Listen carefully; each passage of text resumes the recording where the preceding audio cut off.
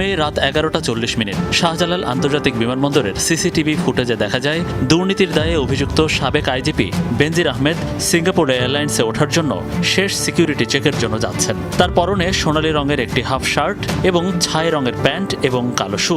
পালানোর সময় বেনজির আহমেদের সাথে তার পরিবারের কেউ ছিল না। প্রমাণ মেলে তাকে সেখানে ইউনিফর্ম পরা 2 পুলিশ কর্মকর্তা সহযোগিতা করছেন।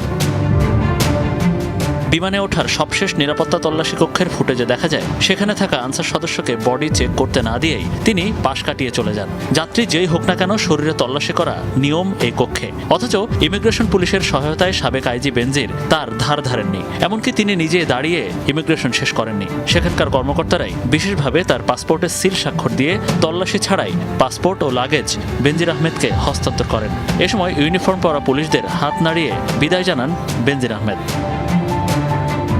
31 মার্চ বেনজিরের ঘরে আলাদিনের চেরাগ নামে রিপোর্ট প্রকাশের মাসখানেক পর সিঙ্গাপুরের উদ্দেশ্যে দেশ ছাড়েন তিনি। শেষবার 4 মে 2024 রাতেই তাকে শাহজালাল আন্তর্জাতিক বিমানবন্দরে দেখা যায়, কিন্তু এখন তিনি কোথায় আছেন তা কেউ জানে না। অবশ্য সংবাদ প্রকাশের পর বেনজির নিজেই ফেসবুকে বলেছিলেন তিনি জীবনে কোনো দুর্নীতি করেননি। যদি কেউ প্রমাণ করতে পারেন তাহলে আমার এবং আমার পরিবার হাসি মুখে সেই ব্যক্তিকে বা সেই গ্রুপকে আমরা সেই সম্পত্তি বিনা পয়সা দিয়ে দেব।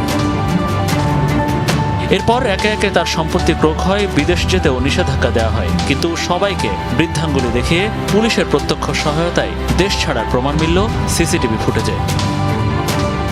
মনিরুল ইসলাম, যমুনা নিউজ, ঢাকা।